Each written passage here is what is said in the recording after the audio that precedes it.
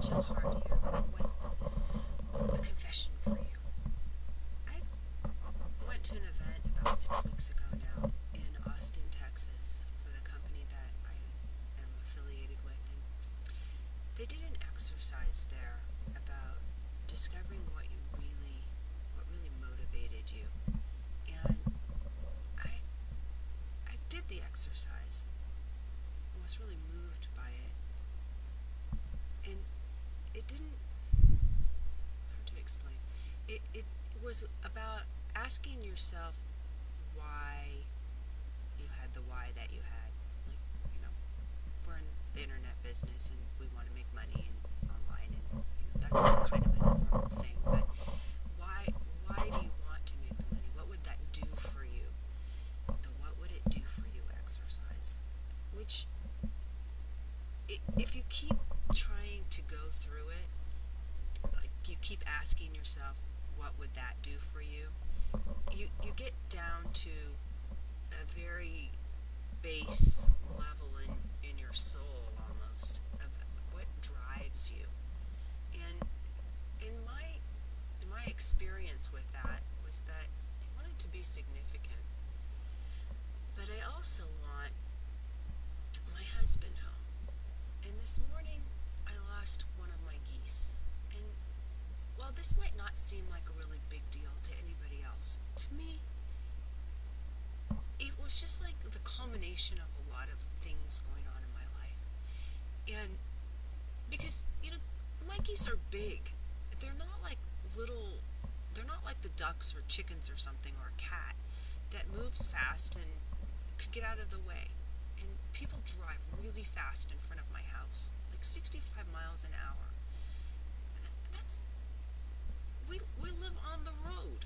I mean, it's like picture your neighborhood house and cars whizzing by at 65 miles an hour, and your mailbox is like across the street, because that's how my house is set up. And while I love living in this community, I really don't want to live on this street anymore. That goose dying this morning just crushed me, and it made me angry, and it made me really evaluate what it is that I'm doing.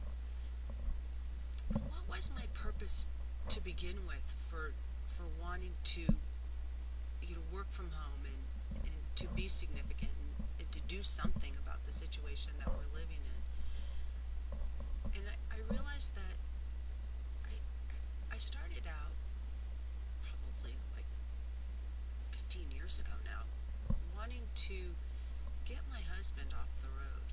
He's been a truck driver for 17 years of our life. He's missed most of the children's growing up. He hasn't hardly ever been home for birthdays, anybody's birthdays in our family. Birthdays are kind of an afterthought at our house anymore because he's never home. He's an over-the-road truck driver. He's gone months at a time and home for a few days. And that's just how our life is gone. But I'm here to say that is going to end now. He is going to be home for his birthday. I don't care how I have to do it. I'm not even sure how it's going to happen. But June 3rd, he's just got to be home. We have got to do something different, because our life can't just go on like this. It was a goose today. It was my dog a couple weeks ago. We can't live here and have animals, and who knows what's going to be next. I mean, it's just like the idea that some kid is going to come visit our house and get killed is just abhorrent to me. But it is a real fear that I have. I can't have kids that are younger than like 5 or 6 that understand that there are rules and they cannot go in my front yard. Because if they accidentally wander out in the street, they're likely to get killed. It's just awful. But I know that there are are possibilities with what I'm doing, with the companies that I'm affiliated with.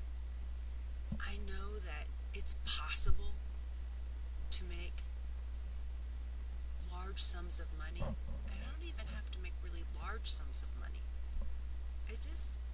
It would take, honestly, it would take several $1,000s a month, and I wouldn't have to have my husband gone all the time. It really is, it's just a matter of a little bit of money. And I know that that's totally doable. I've already made money at this. I know that I can ramp up my efforts and make significantly more money quickly.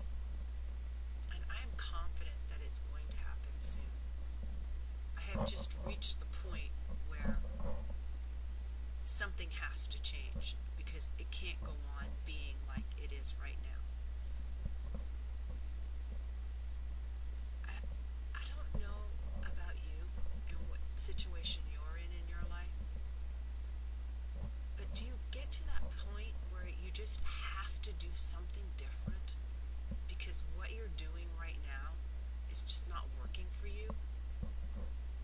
A friend of mine, I just was just watching her video again. It was so moving. She was talking about her reaction to this little exercise that we did in Austin, and hers was that she was missing her kids. Just thinking about it makes me cry. Because, I had 2 sets of kids. In the first set, I worked the whole time they were growing up. I could totally relate to the fact that she was never there for them. Because I was never there for my kids. Ever. I'd go to bed or go to work like 6 o'clock in the morning, and I came home at 6 or 7 o'clock at night. And by then, I was exhausted. I didn't have time to be really concerned about what they were doing. And it was before cell phones, so they kind of did whatever they wanted to do. They were latchkey kids. And my husband worked a lot and didn't really care that much about it either. And with this group of kids, I wasn't going to live like that. I was going to be there for them. I was going to homeschool them, and I was going to take an active part in their life. But the consequence of that was that my husband was gone. He is a truck driver, and that's what he does. And though he likes truck driving, it's lonely, and he misses his family. So that's my goal. By June 3rd, today is March 7th, he is going to be home. I don't know for sure how it's going to happen. All I know is that it is possible. I'm putting it out there. If you're in a situation where your husband is always gone, or whether he's working in a factory or in an office or driving a truck, I don't know what your situation is. All I know is that I have a solution, and you're welcome to join with us and make the solution that I'm making work for me, work for you. You can do this too. Click on the link somewhere around here and let's work together. Let's get our husbands back in our families. Let's have a life that is meaningful and significant